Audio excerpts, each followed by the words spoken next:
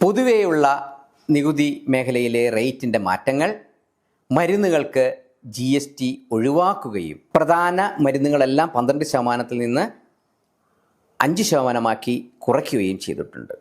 ആരോഗ്യ മേഖലയിലെ ഇൻഷുറൻസിൻ്റെ പ്രീമിയം 18% അതെടുത്ത് കളഞ്ഞു, നില്ലായി.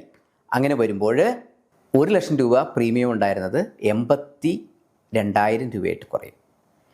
കാർഷിക മേഖലയെ പ്രോത്സാഹിപ്പിക്കാനായി ഒരുപാട് ഇളവുകൾ GST നിരക്കിൽ വരുത്തിയിട്ടുണ്ട്.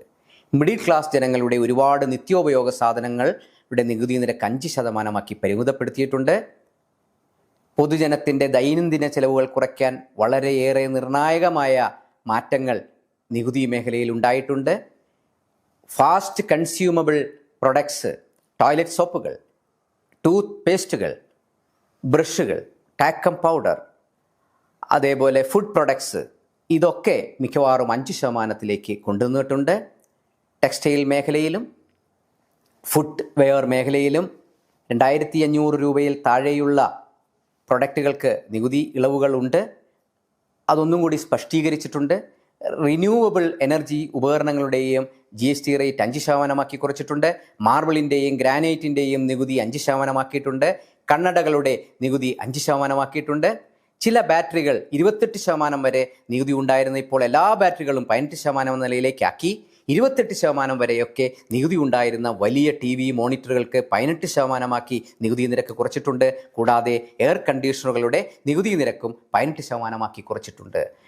ജോബ് വർക്കിന് 12% പൊതുവെ ഉണ്ടായിരുന്നത്, അത് 18% ഇൻവേർട്ടഡ് ഡ്യൂട്ടി സെക്ടറിൻ്റെ ആനുകൂല്യങ്ങൾ MSME സെക്ടർ കൈപ്പറ്റേണ്ട സാഹചര്യം ഉണ്ടാക്കിയിട്ടുണ്ട്.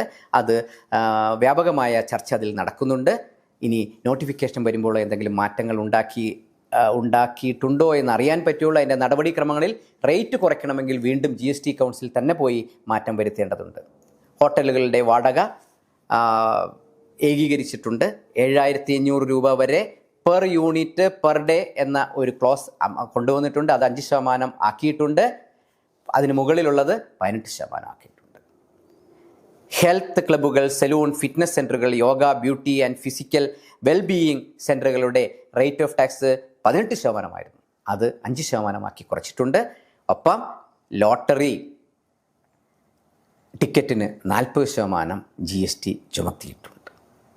ഇതെല്ലാം GST കൗൺസിലിൻ്റെ നിർദ്ദേശങ്ങളാണ്. CBIC നോട്ടിഫിക്കേഷൻ പുറപ്പെടുവിക്കുമ്പോഴേ ഈ നിരക്കുകളുടെ ആധികാരികതയോടെയുള്ള പ്രാബല്യം ഉണ്ടാവുകയുള്ളൂ. അതിനുവേണ്ടി കാത്തിരിക്കുക.